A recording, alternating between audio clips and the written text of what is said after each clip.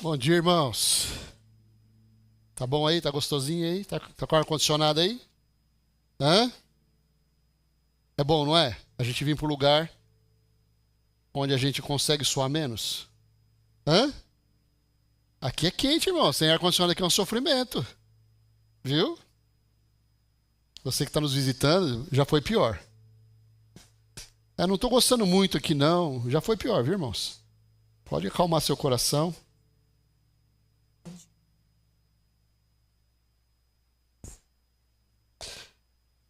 Você já cumprimentou a pessoa que está do seu lado aí, não? Já deu um bom dia para ela, um sorriso? Hã? Já treinou o seu sorriso hoje? Hã?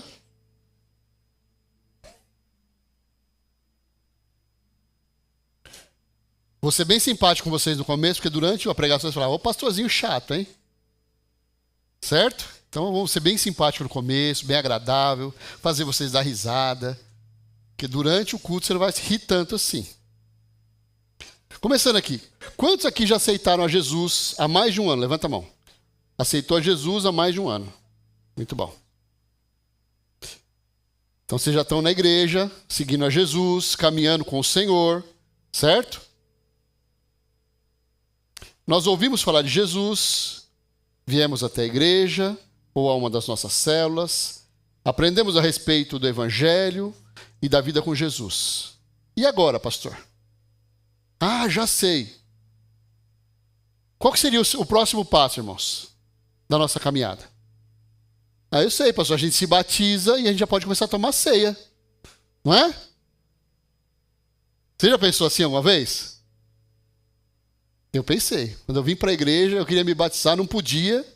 E na igreja que eu me converti, tinha que esperar o pastor autorizar para você se batizar. E, na verdade, o meu interesse era tomar ceia. E o pastor falou, não, você aguarda. Demorou um ano, irmãos. Mais de um ano. Acho que era bem ruim, né? Até o cara me autorizar a batizar.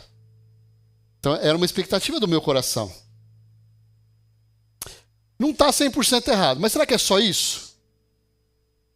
Passou um ano da sua conversão, ou mais de um ano para muitos, né? E aí? Qual o próximo passo? Você já chegou a perguntar o que Deus realmente espera de você? Já fez essa pergunta para Deus nas suas orações?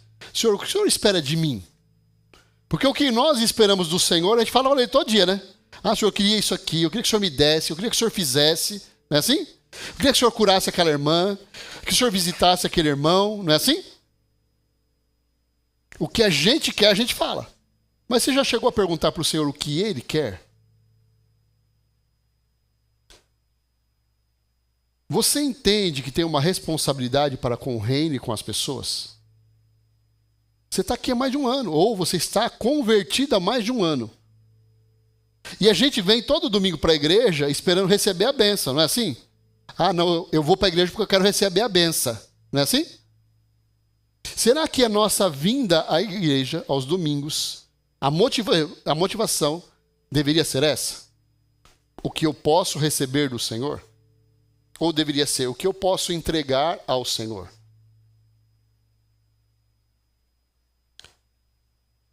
Quando a gente pensa no âmbito da família, o maior desafio para um pai evangélico, para uma mãe evangélica, é transmitir a fé aos seus filhos. Sim ou não?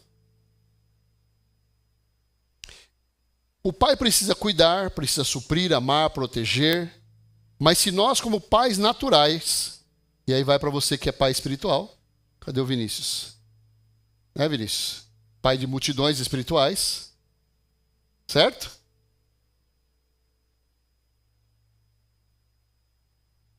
E nós não levamos as pessoas até Jesus, nós cumprimos o nosso chamado, a nossa missão. Quem é pai aqui? Levanta a mão. A tua maior preocupação com o seu filho hoje é o quê?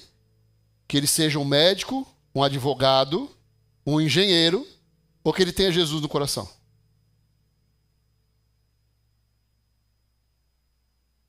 Eu vejo muito pai orgulhoso.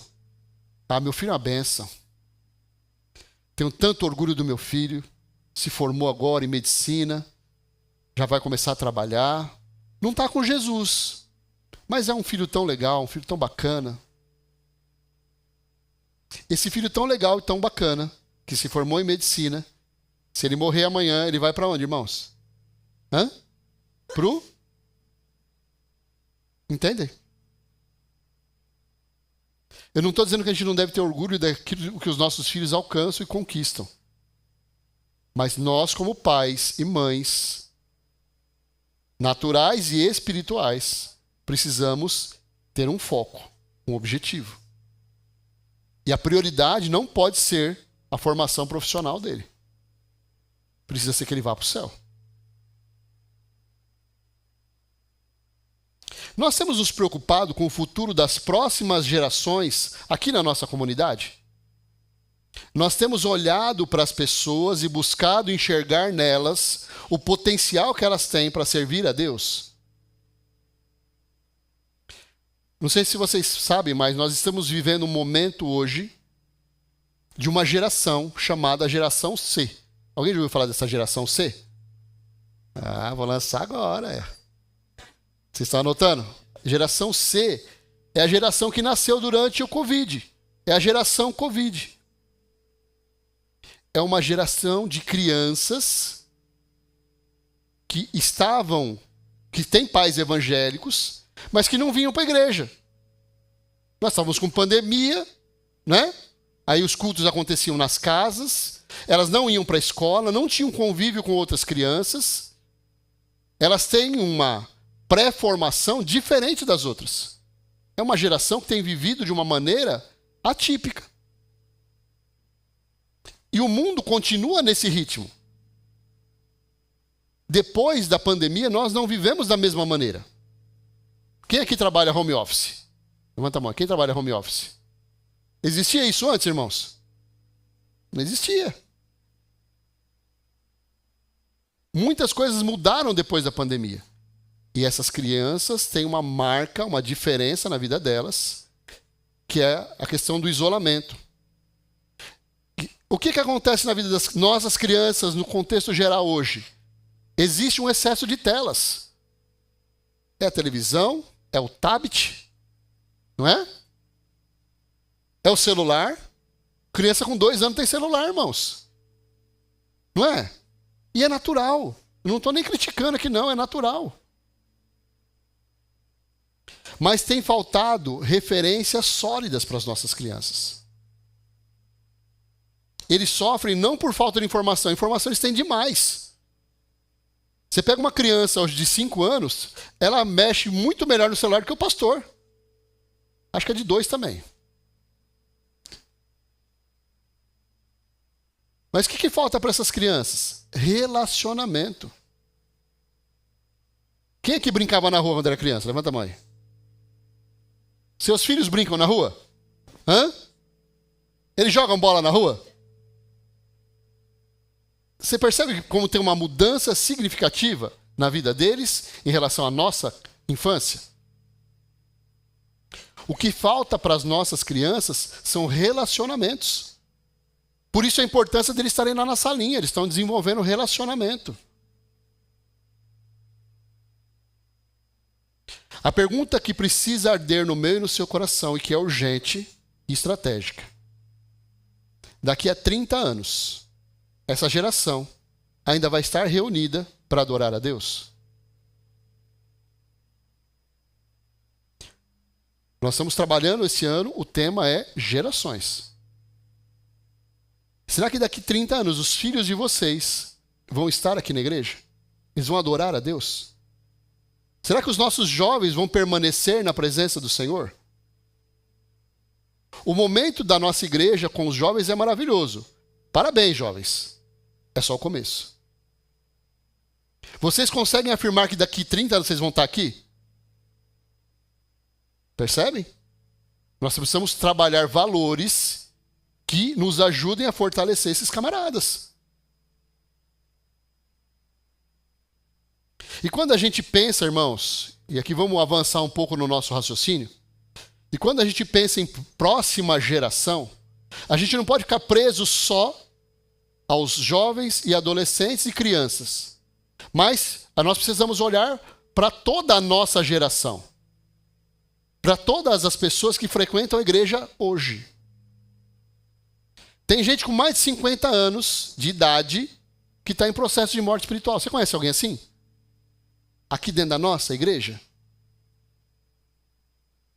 Percebe, queridos? O buraco é mais embaixo. A coisa não está lá na frente, pode estar aqui do nosso lado. Nós temos pessoas hoje, no nosso meio, se afastando da igreja, se afastando dos GCENs, se afastando da vida de comunhão com o corpo, se reaproximando do mundo e achando que o que o mundo está oferecendo é melhor do que tudo que Deus tem para oferecer para eles. Gente madura, gente batizada, gente que frequenta a nossa igreja. Percebem a gravidade dessa palavra? Daquilo que está sendo ministrado aqui hoje? Isso também acontece entre os mais jovens. Tem gente que está aqui, ó, voando. Jovens e adolescentes que estavam voando. Já não estão tão voando assim. Tem ou não tem? Cadê os líderes de jovens e adolescentes? Tem ou não tem, Daito? Gente que a gente olhava e estava assim, ó. Nossa, esse aqui vai... com 18 anos vai ser pastor dessa igreja. E deu aquela... Então acontece em todas as faixas de idade. Viu? Essa caída acontece com todo mundo. Decepções acontecem na vida de todo mundo. E normalmente são as decepções que fazem a gente dar aquela desanimada. Às vezes a decepção é com alguém daqui da igreja. Às vezes a decepção é com os nossos pais. Como que a gente luta com essas situações? De que maneira a gente se posiciona em relação a essas situações?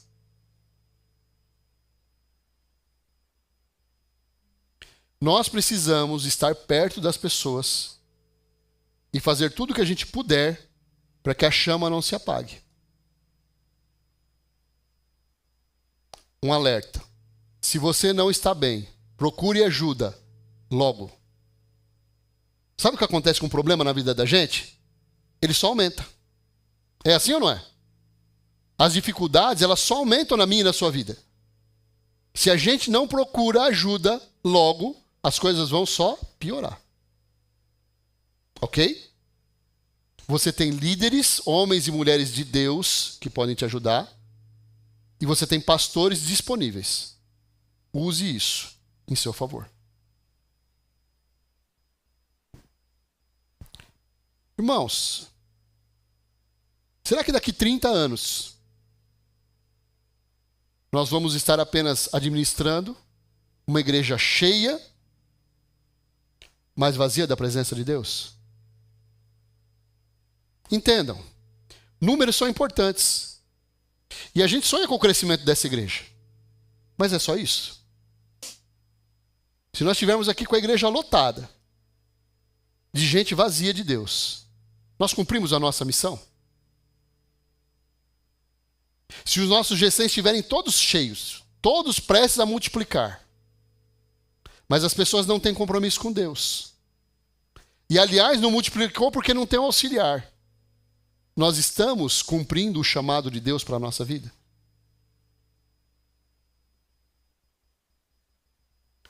Adianta alcançar números e perder a essência? E é um grande problema das igrejas, você sabia disso? As igrejas crescem e perdem a essência. A maioria das ministrações que a gente vê na internet ou na televisão, que são igrejas que cresceram, que podem pagar o tempo da televisão, que é caríssimo, mas não era assim que tinha que ser. Você já teve essa impressão? É 2 horas de ministração, 1h30 pedindo dinheiro. É a campanha, é o desafio, é a fogueira, né? É o corredor dos 375. Irmãos, eu tenho para o meu coração que todas as igrejas começaram bem. Todo aquele que tem um desafio para servir ao Senhor, ele começa com a motivação correta. Ele se perde no meio do caminho. Daqui 30 anos, como é que nós vamos estar? Hoje nós estamos aqui criticando os outros, né? Sentando no banquinho do justo e honesto. E daqui 30 anos? Se nós não vigiarmos o nosso coração. E Deus enviar as pessoas que a gente tem orado para que Ele envie. Como é que vai ser?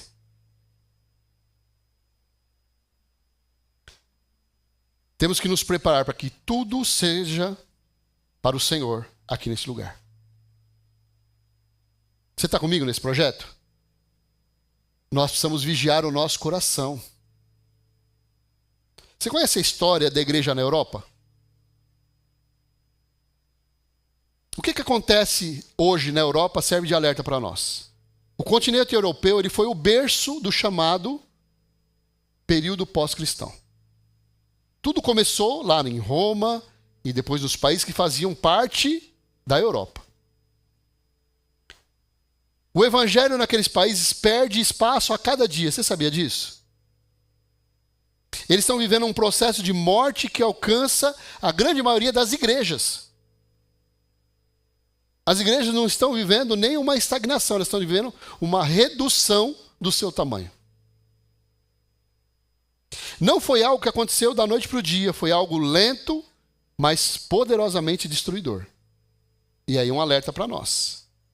Qual foi o motivo dessas igrejas estarem vivendo hoje um tempo de morte espiritual? O motivo foi que os filhos e netos daquela geração que viveu o sobrenatural de Deus abandonaram a fé. As igrejas estão diminuindo de tamanho porque os filhos e netos dos grandes homens de Deus não estão mais na igreja. Filhos e netos de quem, pastor? De Charles Spurgeon, já ouviu falar dele? Filhos e netos de John Wesley, já ouviram falar dele? Filhos e netos de George Whitefield, já ouviram falar dele? Sabe quem mais estava lá? Martinho Lutero, irmãos. João Calvino. Tudo da Europa. E hoje eles vivem um momento onde os descendentes desses homens que viveram um grande derramar do poder de Deus estão mortos espiritualmente. Nós não podemos permitir que essa história se repita entre nós. Você entende isso? O desespero do meu coração e de alguns líderes aqui entre nós. Porque nós não só falamos de discipulado, viu, irmãos? A gente faz discipulado. E eu tenho ouvido de alguns líderes aqui a preocupação com o esfriamento no coração das pessoas que fazem parte da nossa igreja.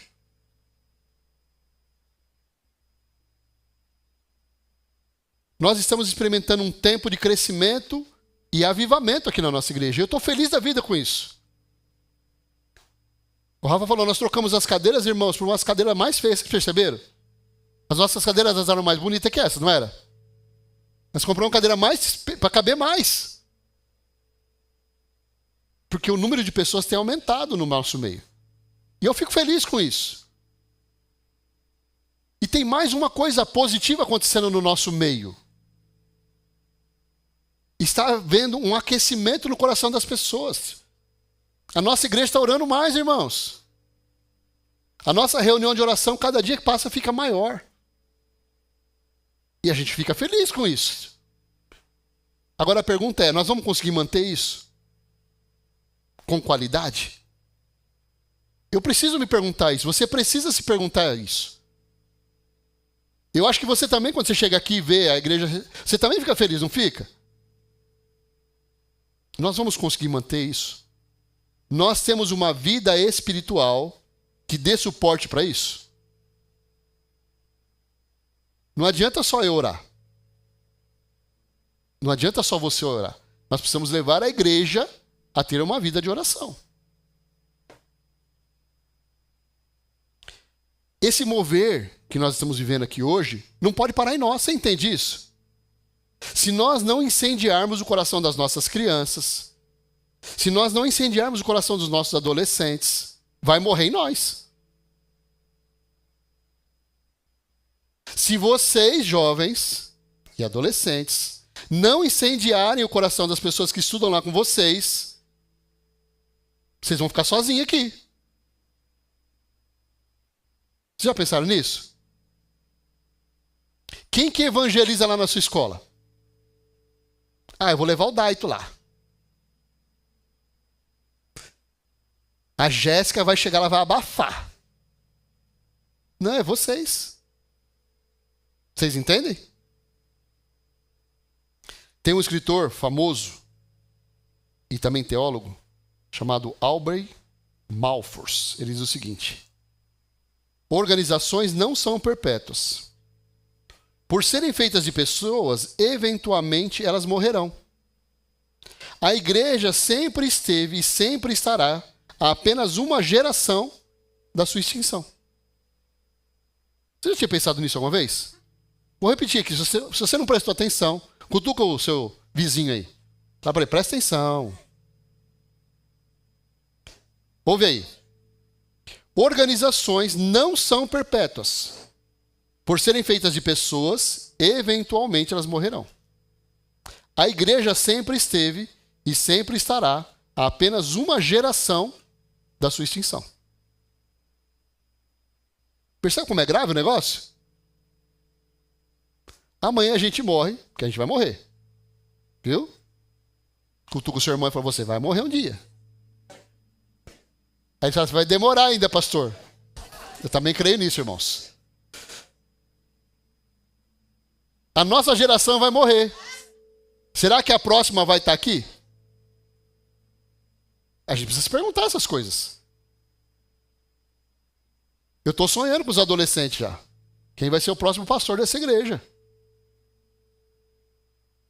Eu não posso olhar para a próxima geração pensando o seguinte, vou pegar um cara da minha idade, que pensa igual eu, para que as coisas continuem iguais. Não, irmãos, eu preciso pensar em alguém mais novo. Nós precisamos olhar para aqueles que estão vindo. Nós precisamos olhar lá para nossas crianças que estão lá na salinha. Quem será que vai ser o próximo pastor dessa igreja? Quem será que? Será que é o que corre mais? Né? Ou será que é o que grita mais? Porque acabou o culto, é correria e gritaria aqui, né? Então, será que é o que corre mais ou o que grita mais que vai ser o próximo pastor? Será que ele vai deixar as crianças fazerem o que eles fazem aqui hoje? Né? Faça o que eu digo, mas não faça o que eu faço, não é assim? Uma pergunta que precisa estar no meu e no seu coração. Nós estamos formando uma igreja para o agora ou para as futuras gerações? O nosso alvo, a nossa meta, nós estamos mirando aonde? No hoje ou no amanhã? Entendendo o seguinte, quem está aqui também precisa de cuidado, sim. Os velhos de igreja também precisam de cuidado, sim. Os velhos de igreja também fraquejam na fé, sim. Mas dá para a gente caminhar focando só no que está aqui hoje? Deixa eu confessar um pecado para vocês aqui. Ou talvez uma direção de Deus. Nós trocamos as cadeiras da igreja na sexta-feira. Cadê o Pedro? Foi sexta, não foi, Pedro? Nós fomos buscar? Sexta-feira. Nós tínhamos, irmãos, 100 cadeiras.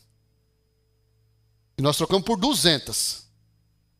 Pergunto a vocês, se nós tivéssemos 100 cadeiras no domingo, onde a gente ia pôr o pessoal para sentar aqui? Hã? Os jovens já tinham combinado de sentar no chão. Percebe como Deus cuida dos detalhes? Mas nós precisamos ter, no mínimo,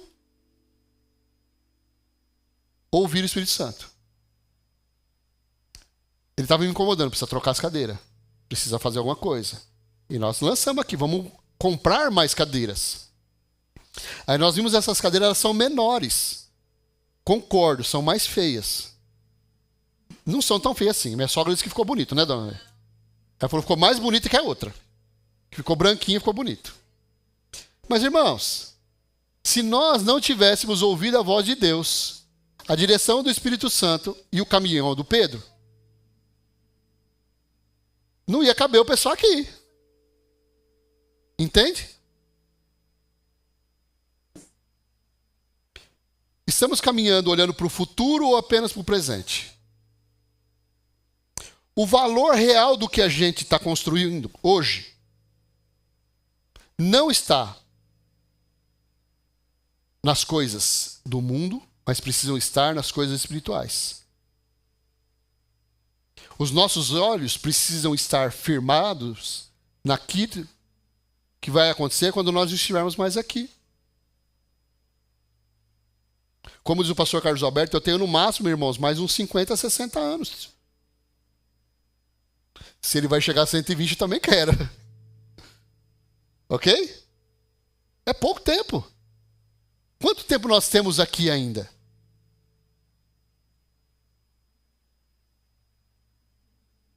Quando nós não estivermos mais aqui, os que ficarem serão tão ou mais apaixonados por Jesus do que nós? É uma preocupação dos líderes aqui. Os nossos liderados precisam ser mais apaixonados por Jesus do que a gente. Quem é líder de célula aqui? Levanta a mão. Pode olhar, esses caras são os responsáveis por tudo, irmãos. Se as coisas derem errado, a culpa é deles. É ou não é? Nós não somos eternos, nós precisamos formar pessoas apaixonadas por Jesus. Parece algo que não pode acontecer, que está muito distante da realidade que a gente está vivendo. Mas esse padrão trágico já aconteceu em Israel. Uma geração inteira abandonou o Senhor. O erro, porém, não teve origem na terceira geração, mas na negligência da segunda geração. A apostasia do futuro é quase sempre o fruto amargo da omissão que a gente permite hoje. Vamos brigar com esses meninos tão bonitos, essas meninas tão lindas. Né? Deixa eles fazer o que eles quiserem. Como é que a gente vai brigar com os meninos bonitos desse? Eu brigo. Né, Giovana? Cadê o né, Davi? Irmãos, eu tenho os preferidos, que eu gosto de brigar mais. Mas eu brigo com todos. Sabe por quê? Porque eu amo vocês. Eu me preocupo com vocês. Eu quero ver vocês amanhã melhor do que eu. Muito melhor do que eu. Em todas as áreas da vida de vocês. E quem ama, corrige. Entendem? Eu sei que às vezes eles não gostam muito, irmãos. Mas a vida é assim. As pessoas que só aplaudirem a gente, elas não amam a gente. Eu lembro quando eu era criança, eu pensava o seguinte: Deus me deu a pior mãe do mundo. Quando eu fizer 18 anos, eu vou embora daqui. Aí eu casei, irmãos. Sabe o que eu descobri? Que a minha mãe era ótima. E que eu precisava seguir com os meus filhos o que ela fazia comigo. Que funcionou. Um camarada torto que nem eu, deu certo. Ela fez um milagre. Você também foi assim? Quem deu trabalho para os pais aí? Tem gente que não deu, né? Vamos perguntar de novo. Quem deu trabalho para os pais aí? Aumentou as mãos, né?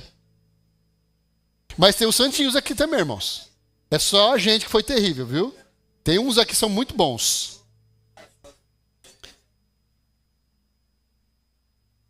A gente está tão concentrado no que a gente está fazendo hoje, que muitas vezes a gente esquece do amanhã. Quer ver como a gente faz isso? Quem aqui já tem a próxima viagem planejada? Levanta a mão.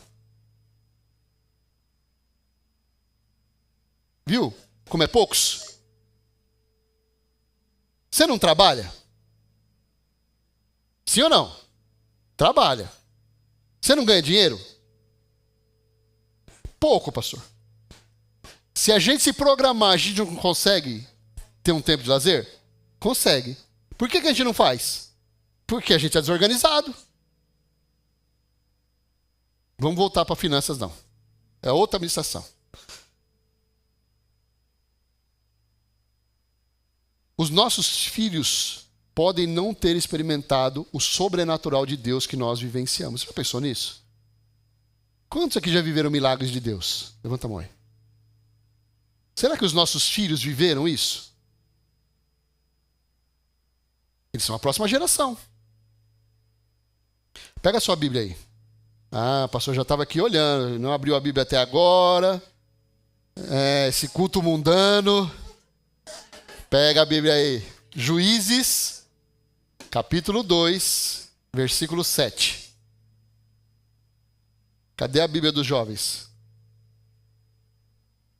Que isso aí é uma atrasada, pastor.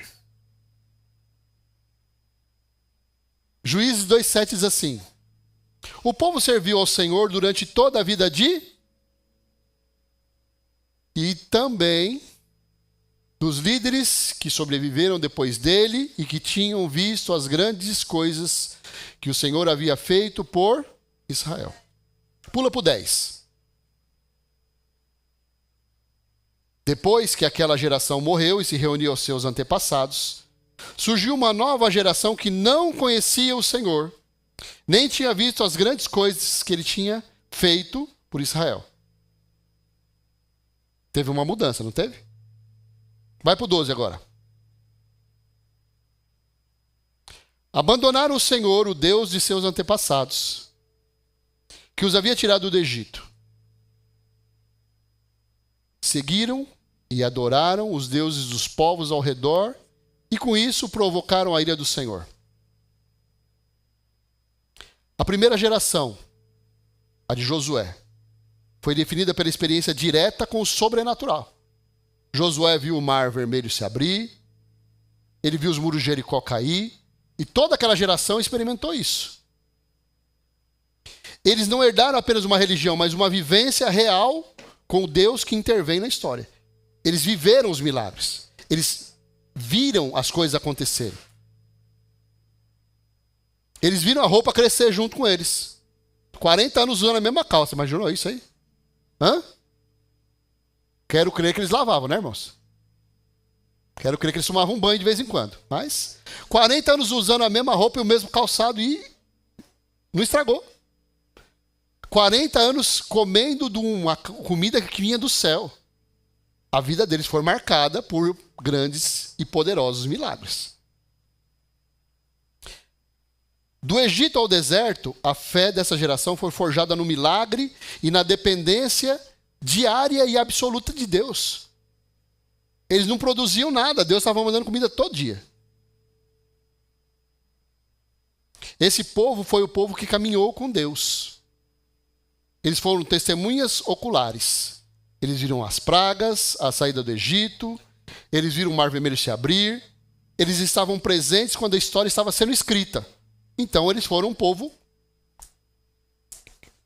que, a todo momento, a fé deles era fortalecida. Eles tiveram uma mentoria no deserto. Josué e todo o povo caminharam 40 anos sob a liderança de Moisés, onde uma geração inteira aprendeu pelo caminho como Deus trata e guia o seu povo. Quando errava, Deus corrigia. Quando pedia as coisas, Deus atendia. Eles viveram o sobrenatural de Deus. Eles viveram sobre o sustento e a direção. Experimentaram o sustento diário do maná e das codornizes. Mais do que alimento, eles presenciaram a nuvem que os guiava e protegia do sol durante o dia, e a coluna de fogo que iluminava e aquecia as noites deles. Vocês sabem qual é a variação de temperatura no deserto, não? Alguém sabe? Durante o dia, 50 graus. Durante a noite, até menos 10 graus. Imagina como é que é fácil viver nesse lugar.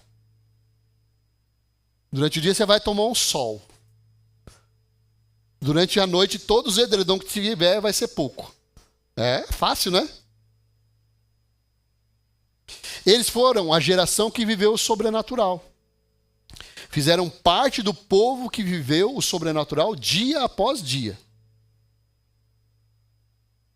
Êxodo 33:11 diz assim: ali o Senhor falava com Moisés face a face, como quem fala com um amigo. Depois Moisés voltava ao acampamento, mas seu jovem auxiliar Josué, filho de Num, ficava na tenda. Aí vem a segunda geração, irmãos, que representa o início da erosão espiritual. A partir da segunda geração, as coisas começam a dar errado. Eles são os herdeiros de uma terra que eles não conquistaram. Imagina aí. E de milagres que eles não presenciaram. Apenas ouviram falar. Para eles, a fé deixou de ser um encontro pessoal e se tornou apenas uma tradição. Ah, não, o Deus de Israel faz milagres. Eu nunca vi, mas diz que faz. Onde o sagrado se torna rotina. O compromisso do povo com Deus vai diminuindo. Eles conheciam a Deus apenas de ouvir falar. Eles não tinham uma experiência real com Deus. Eles tinham a fé por herança, não por experiência. Eles conhecem as histórias, mas eles não vivenciaram.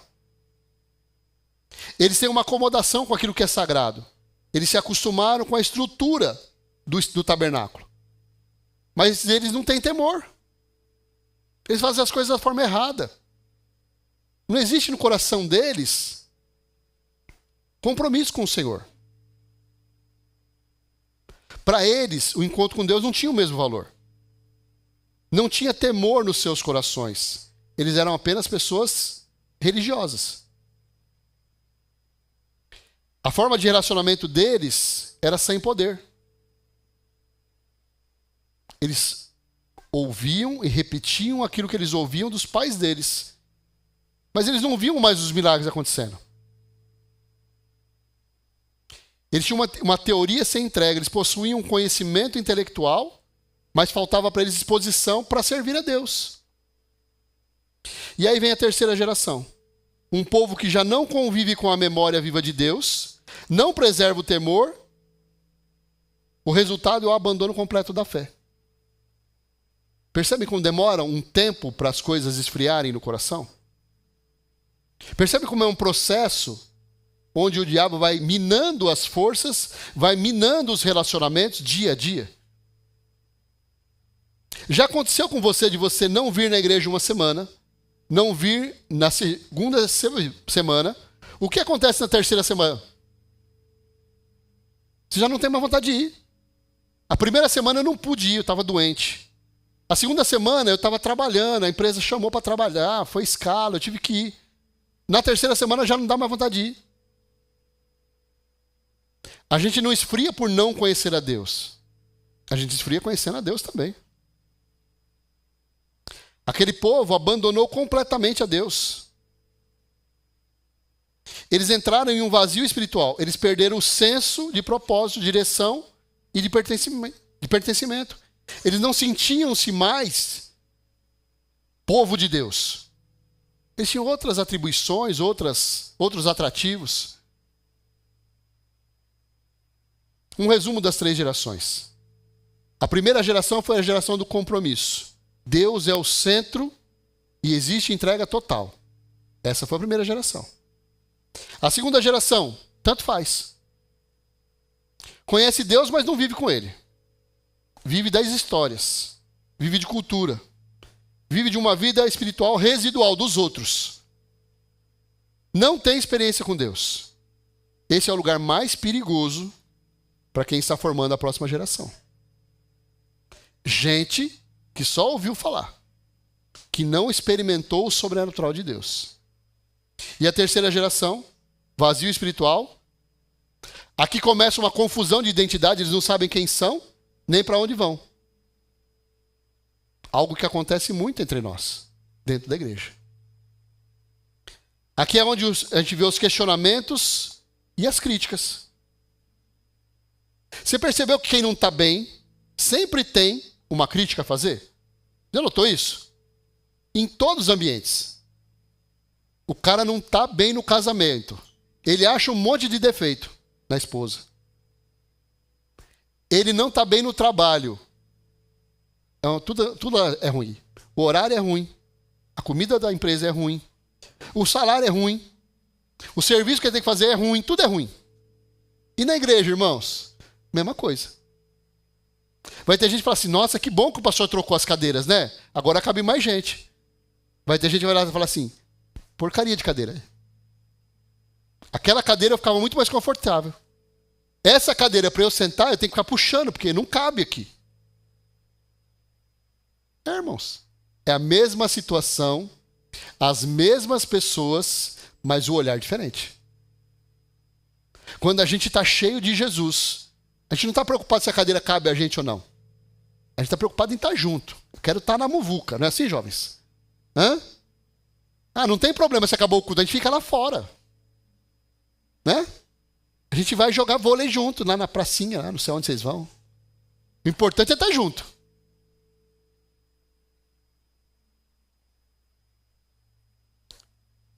Pensa na geração de Davi. Davi foi o homem segundo o coração de Deus.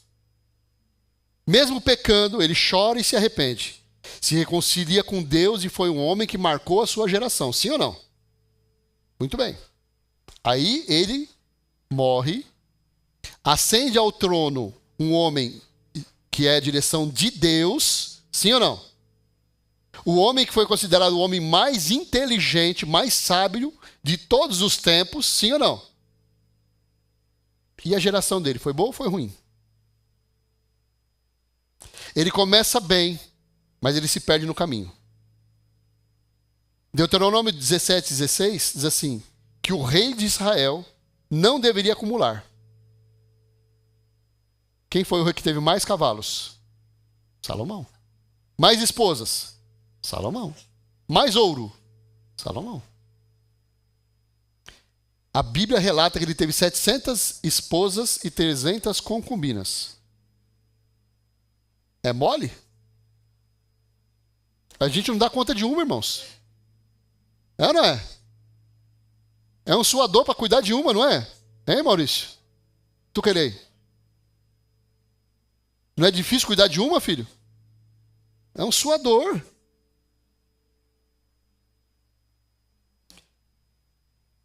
Qual foi o grande problema de Salomão?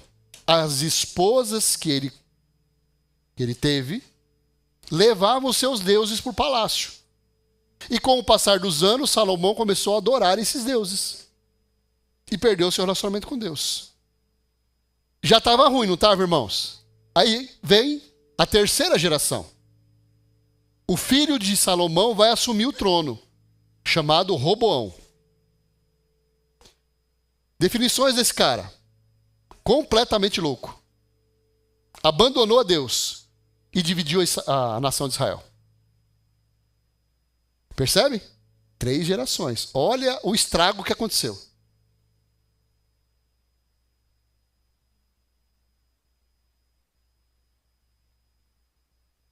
Quem aqui, os pais, não eram evangélicos? Levanta a mão.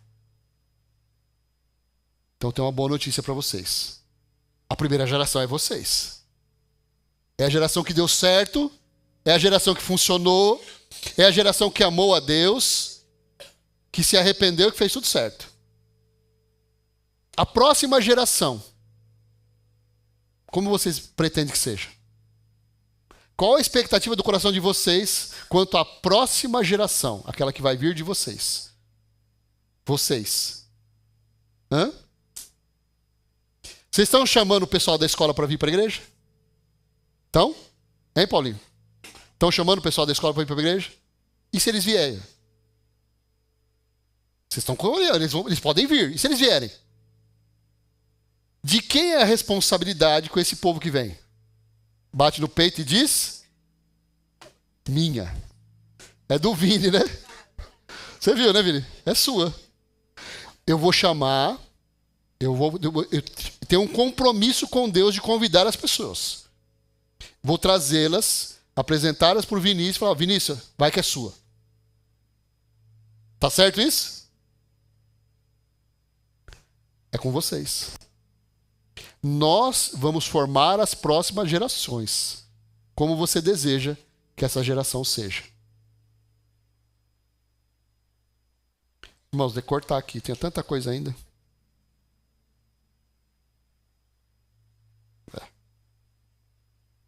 Se vocês quiserem, eu vou até 2 horas da tarde. Podemos ir? Podemos, não? Hã? Para os líderes ainda tem GD depois. A gente vai até às 5, tudo bem, líderes? Vocês não têm vida fora da igreja, tem? Não precisa. Mas vamos lá. Para a gente concluir aqui. Não fomos chamados apenas para cuidar de pessoas. Ficou claro isso para você? Mas nós precisamos garantir que a próxima geração ame ao Senhor. Isso vale para pais, naturais e para pais espirituais. E para com essa coisa de que o líder é que é responsável por isso. Viu? Vale para o G100 também, viu, Genivaldo? Você traz as pessoas, o Sandro que se vire com ele, já trouxe. Quero saber de mais nada. Eles vêm olhando para você. Eles confiam que você é um homem de Deus e que você vai ser um modelo para eles. Vale para vocês também. As pessoas que aceitarem o convite de vocês para estarem aqui, veem em vocês, jovens de Deus. Eles querem olhar para vocês e poder se espelhar em vocês. Vai poder, Isabela? Vou melhorar bastante, pastor, eu prometo. Não, né? Do jeito que tá, não tá dando não, mas vai melhorar bastante, vai dar certo.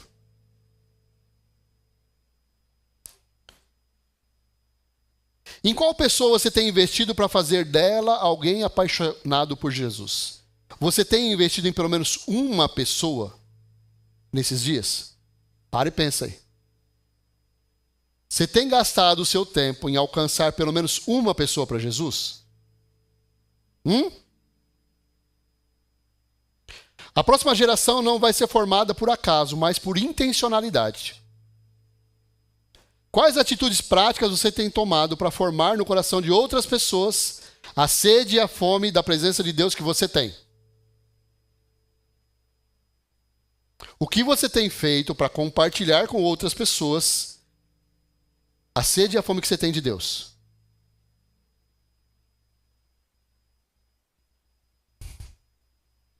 A gente não está aqui apenas para ocupar posições, mas para formar sucessores. Quem poderia ocupar o seu lugar hoje?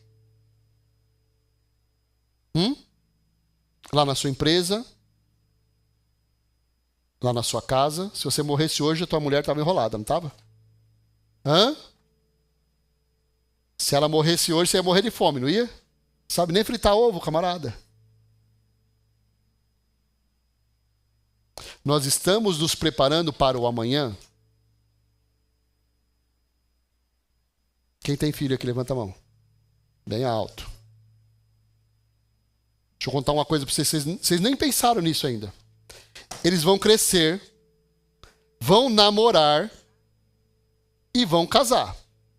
E quando eles casarem, irmãos, vão ter a pachorra de ir embora da sua casa. Você sabia disso? Vocês já pararam para pensar nisso? E aí, como é que vai ser? Porque assim, pastor, eu vivo para os meus filhos. Azar seu. Viu? A minha vida é os meus filhos. Azar seu. Eles vão casar e vão embora.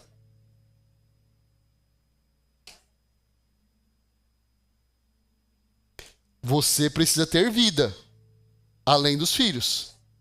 Você sabia disso?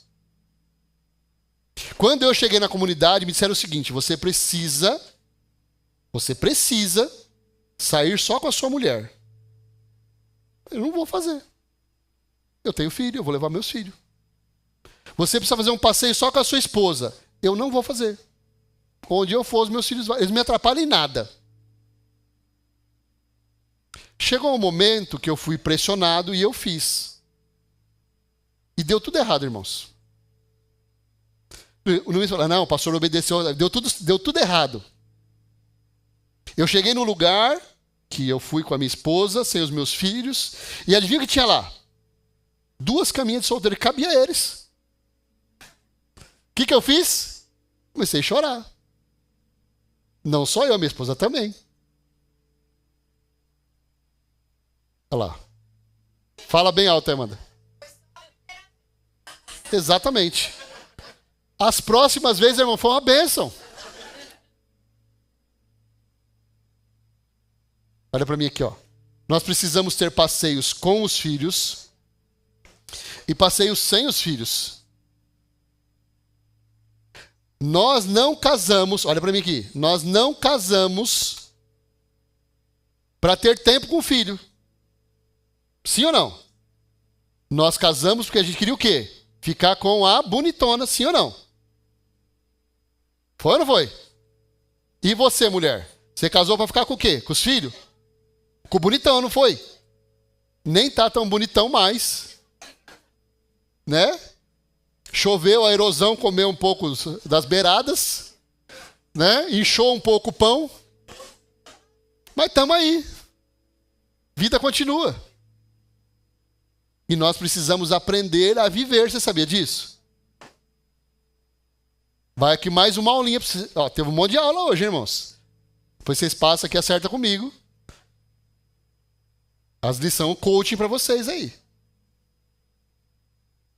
Precisa ter tempo para sua esposa, precisa ter tempo para o seu marido.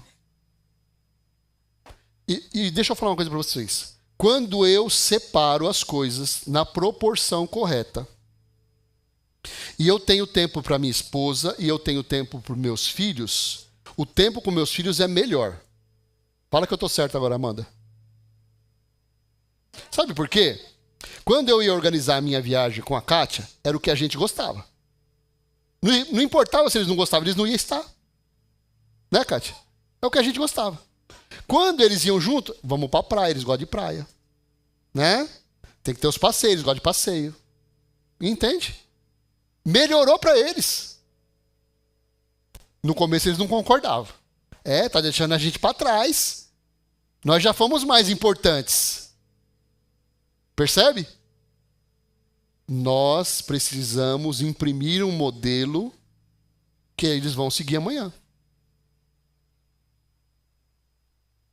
Muito do que eu faço hoje é o que a minha mãe fazia.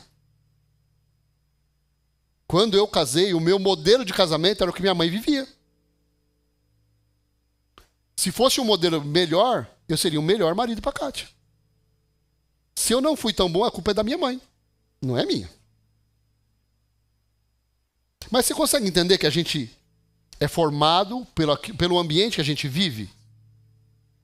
A gente tende a seguir muitas coisas que os nossos pais faziam dentro do nosso casamento.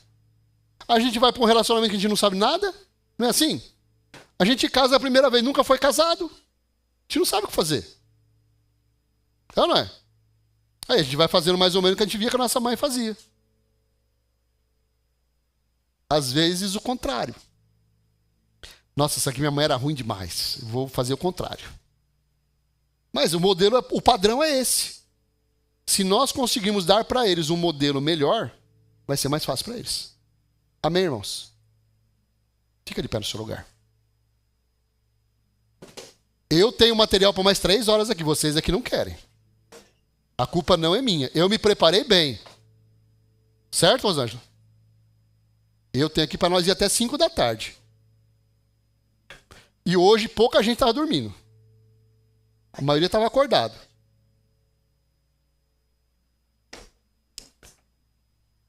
Feche seus olhos aí, coloca as suas 2 mãos no seu coração. E comece a pedir para o Senhor sabedoria, para que você seja um gerador de vida para as próximas gerações. Para que o seu modelo seja um modelo eficiente. Deus, que eu possa não só convidar as pessoas para estar na tua presença, mas que a minha vida seja um referencial para elas. Que elas possam encontrar em mim alguém apaixonado por Jesus todos os dias. Que elas possam olhar para mim e desejar ter um relacionamento com Deus igual ao que eu tenho com o Senhor. Fala para o Senhor, Senhor, eu estou aberto para que o Senhor me transforme. Para que o Senhor tire de mim as coisas que têm impedido o fluir do Senhor. E para que o Senhor inclua as coisas que estão faltando. Para que eu seja um modelo para as pessoas que andam ao meu redor. Faz de mim, Deus, um influenciador. Alguém que conduz as pessoas até a tua presença.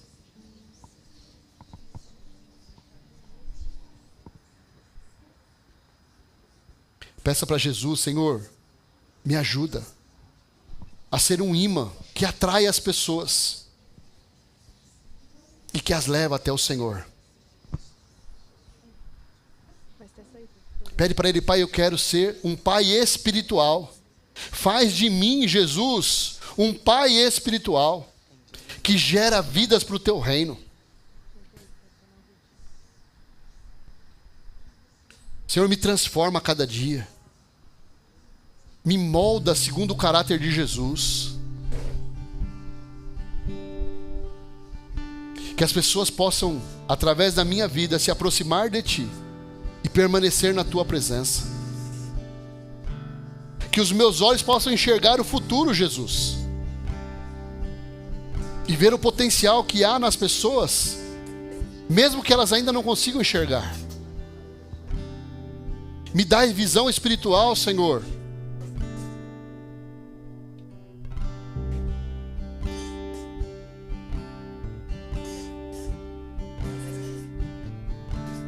Faz de mim alguém que vai equipar a próxima geração.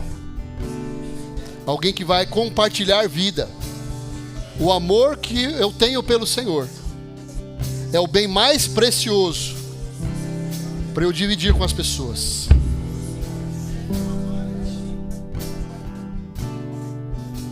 Clame pela misericórdia do Senhor agora. Senhor, tem misericórdia de mim, Senhor. Perdoa os meus pecados. Perdoa, Senhor, a minha omissão, a minha falta de compromisso. Perdoa, Jesus, as minhas falhas.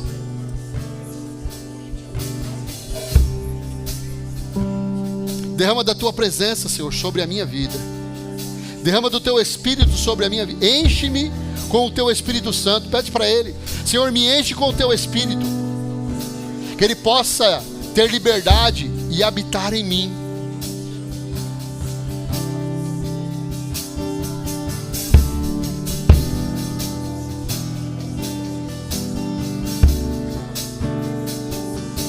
Vem fazer o que nenhum homem fez. Vem fazer o que a história nunca viu. Vem cumprir o descrito em Joel.